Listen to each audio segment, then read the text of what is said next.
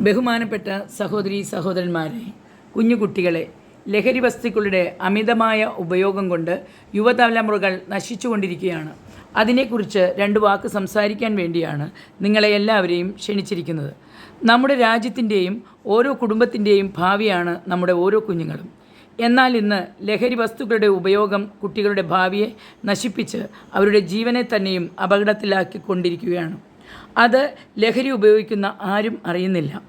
കുട്ടികൾ ലഹരി പദാർത്ഥങ്ങളിൽ അടിമപ്പെട്ടു പോയാൽ ആദ്യമേ അവർ വീട്ടിൽ നിന്നും അകലും, പിന്നീട് മാതാപിതാക്കളിൽ നിന്നും അകലും. അങ്ങനെ അവർ എല്ലാ സ്നേഹബന്ധങ്ങളിൽ നിന്നും തന്നെ മാറിപ്പോകും. നല്ല ബന്ധങ്ങൾ അവർക്കില്ലാതെയാകും.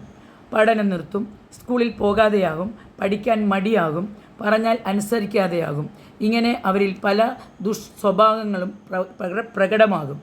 ഇതിൻ്റെ കാരണങ്ങൾ പലതാണ്. കുടുംബ പശ്ചാത്തലം, ചിലപ്പോൾ കൂട്ടുകെട്ടുകൾ, കുടുംബകലഹം, മാതാപിതാക്കളുടെ ലഹരി ഉപയോഗം, ചില കുട്ടികൾക്ക് ഒന്നിനും മുന്നോട്ട് വരാൻ പറ്റാത്ത സാഹചര്യം, ഇതെല്ലാം തന്നെ കുട്ടികളെ ലഹരി വസ്തുക്കൾ ഉപയോഗിക്കുന്നതിന് പ്രേരിപ്പിക്കുന്നു.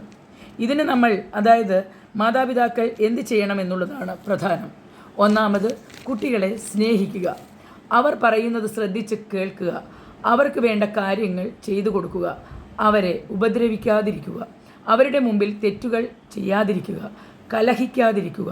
അവർ ചെയ്യുന്ന തെറ്റുകൾ കണ്ടാൽ പറഞ്ഞ് മനസ്സിലാക്കുക. അവർ ചെയ്യുന്ന നല്ല പ്രവൃത്തികൾ കണ്ടാൽ അവരെ പ്രോത്സാഹിപ്പിക്കുക.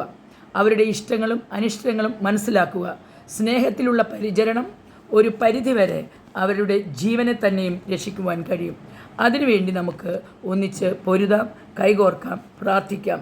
ഇവിടെ എത്തിച്ചേർന്ന എല്ലാവർക്കും സ്നേഹവന്ദനങ്ങൾ. നന്ദി, നമസ്കാരം.